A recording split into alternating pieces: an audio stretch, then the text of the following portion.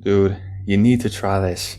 This shit will open a door to another dimension. Like LSD then? Better. The effect of this thing is insane.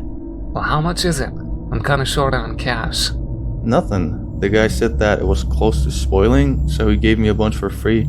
That's suspicious. Isn't it addictive like heroin or some shit like that? Don't be stupid. Hallucinogens are not addictive. The guy must be trying to get some customers since this drug is new. Trust me, you won't regret it. I'll take it. Won't use it today though. No problem, dude. He gave me a blue pill. I put it in my pocket. On the following weekend, I was home alone, bored. It was the end of the year. All my close friends had gone on a trip. I stayed home for monetary reasons, and I live far from my family.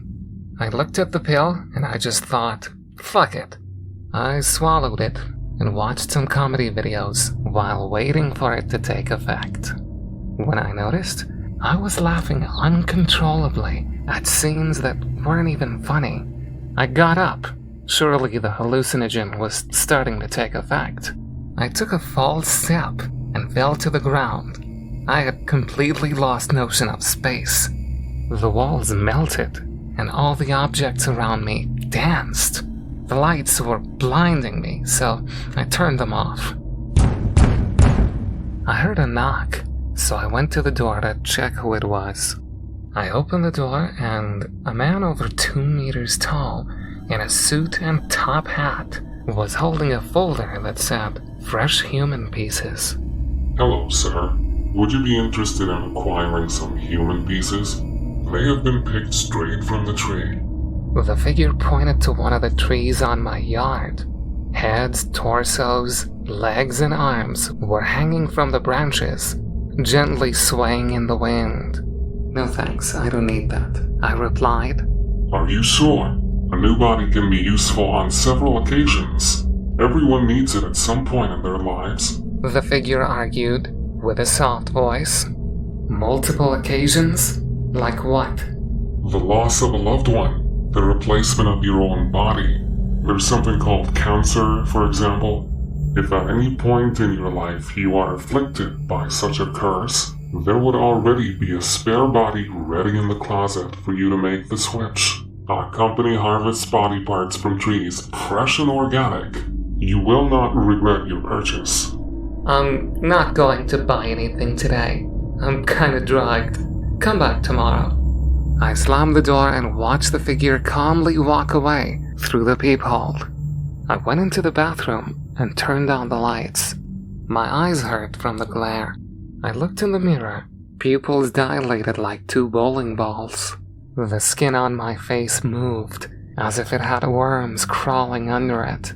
My face turned into a spiral of flesh and blood, swirling like a blender. When it stopped rolling, my face morphed into my father's. After turning on the faucet and washing my face, it went back to normal. I walked to the bedroom, bumping into the walls. I laid in bed with the lights off, just the brightness of the computer screen illuminating the room, which continuously played videos on YouTube autoplay.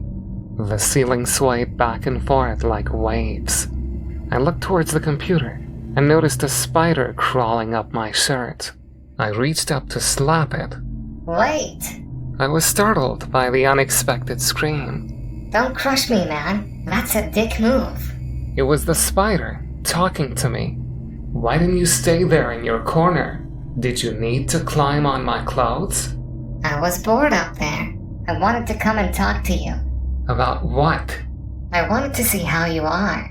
I've been watching you this month, and you're a mess.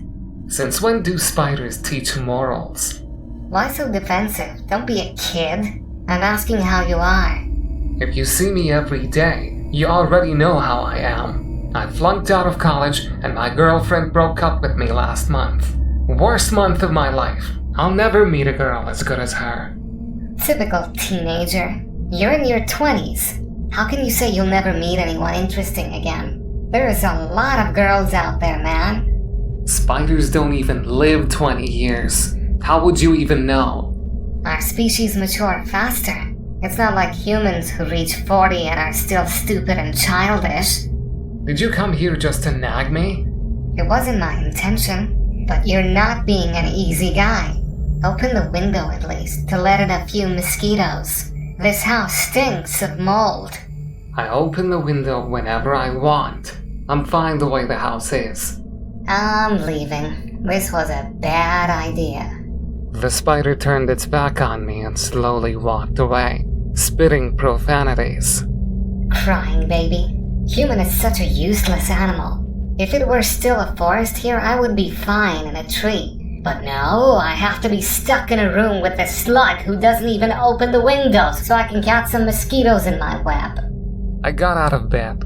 The computer light was starting to annoy me. I walked to the bathroom, washed my face again, and went out into the yard. The darkness lifted my spirit a little. I looked at the sky and saw the stars forming several different designs. I walked to the gate, looked at the completely empty street, and decided to walk a little. It was hard to cross streets because I couldn't identify if a car was coming or if I was hallucinating. In the windows of the houses, it seemed that there were hundreds of faces behind the curtains, watching me. I concluded that the visual incentive was too broad and chaotic, so I decided to go back home. On the way back, a dog started following me. Hey, human. Oh no, shoot, dog! I've already been cursed by a super rude spider. I don't want to talk to anyone anymore. I'm kind, I love humans. In fact, I think humans are so badass, I wish I was one. Won't you break this one for me? Break what? What are you talking about? You seem to be very sad with that human skin. Let's trade it. Trade? What you on about? We go to your house, you take a knife, cut off your skin, give it to me, and I'll go around downtown at Christmas in my human skin, doing human things. After Christmas, I return it. If I take my skin off, I die, you stupid dog. Hey, where did this gratuitous swearing come from? I'm being nice and you curse me.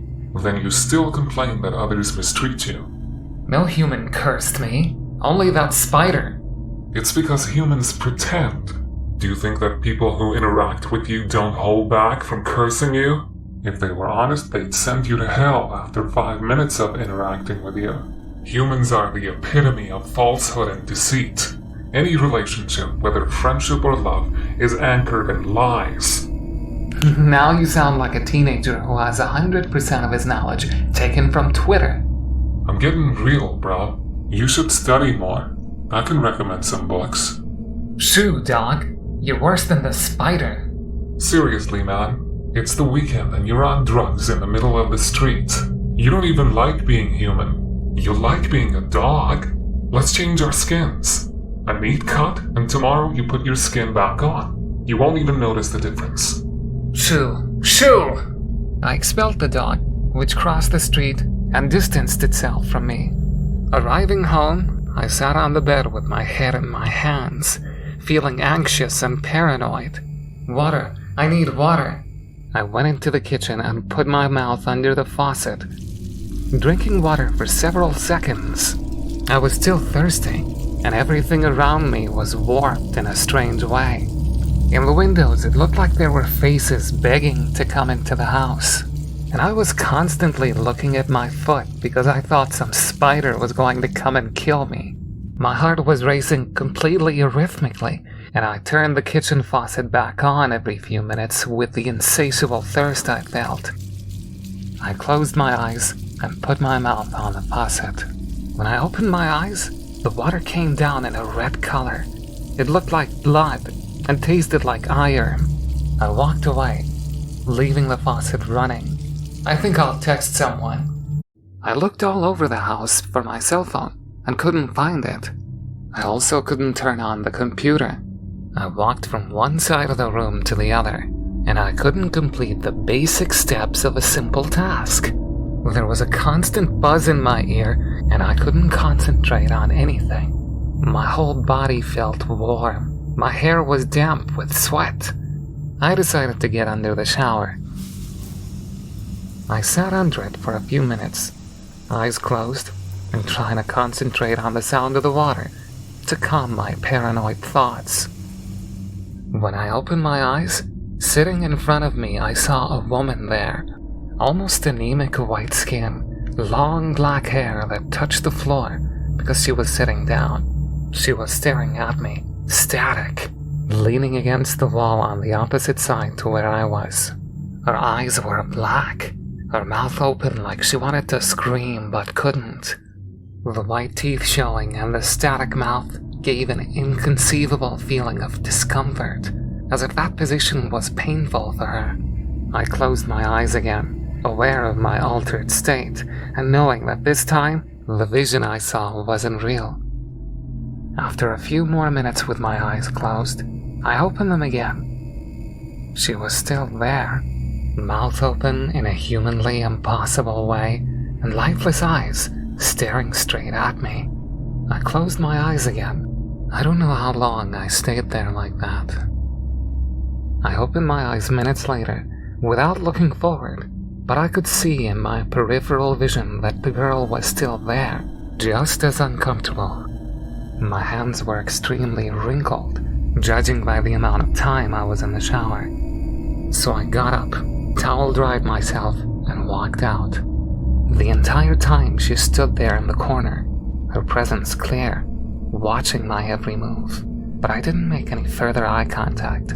I left the bathroom and laid on the bed. The drug's effect seemed to wear off a bit, and with it the anxiety and despair I was feeling subsided to an acceptable level. Laying in bed, I heard the bathroom door move, and footsteps of wet feet in contact with the floor, getting louder and louder. The door to my room opened, and I saw the girl walking in slowly. She then laid down next to me on the bed, and then stared at me with that grotesquely open mouth and those empty eyes. I turned to the other side and closed my eyes. I felt a chill on the back of my neck, like she was running her fingers through my hair. Even aware that what was happening was the effect of the drugs I used, I didn't have the courage to open my eyes again or to turn towards that figure lying beside me. I stayed in that position for more than an hour, uncomfortably lying there with my eyes closed, even though I wasn't very sleepy and unable to move, to stretch my muscles a little. Eventually I managed to fall asleep after an hour of stress.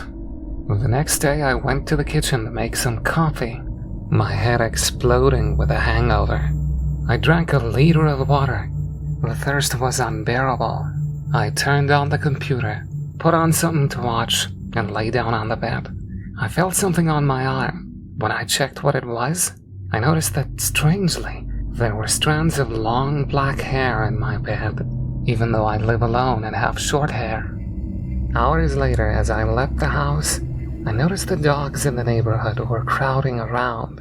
Even weirder, they started following me the 3-block walk to the bakery, waiting for me at the door, and following me home. They barked friendly as I walked, and stood at my gate as I entered the house. Weeks later, these two facts didn't stop. Dogs followed me everywhere, and I found hairs that weren't mine in my bed almost every day. But what scared me the most was that one day, when I got out of the shower, there was a message on the bathroom mirror. "Where are you? I miss you." So, what can I do? Any advice? Okay, so here's what I liked about this story. It's the irony of the pill. You see, when the guy takes the pill, it's supposed to help him escape reality, right? But as soon as he does, animals start talking to him about reality. You're a crybaby. You need to grow up. Stop feeling sorry for yourself over this breakup and go out and meet a new girl. And the dog? It's Christmas and you're out here in the middle of the street and you're drugged.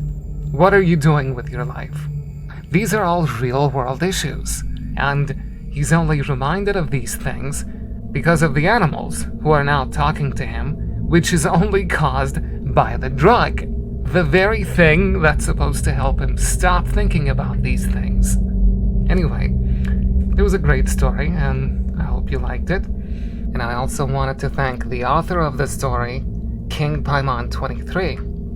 There will be a link in the description, so you can go and read the original story if you want.